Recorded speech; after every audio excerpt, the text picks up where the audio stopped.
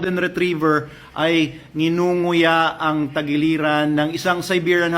So maraming nag-comment sa video ko na yon, pati doon sa video ko na nagre-react doon sa mga nag-comment ng negatibo doon sa video na yon.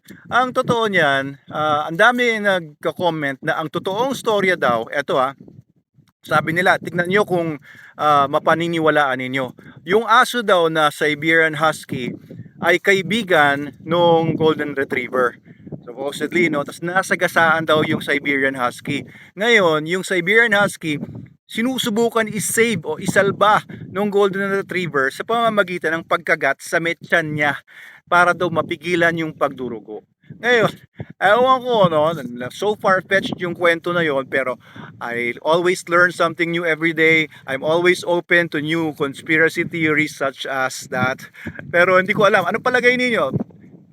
Pwede ba talaga na yung Siberian Husky ay kaibigan at tinutulungan sana nung Golden Retriever kaya't kinakagat niya? Or talagang may aggression yung Golden Retriever at maaaring siya yung dahilan kung bakit patay na yung Siberian Husky? Comment below please. And kung kayo po ay merong positive reference or talagang mapaniniwalaang referensya kung papaano talaga ang nangyari dun sa situation na yun, nangyari sa China, please comment below or message us para i-share ko rin sa iba kung ano talaga yung totoo. Kasi as of now, parang mystery sa lahat ng mga commenters. Wala silang solid proof. Ako rin, wala rin ako solid proof.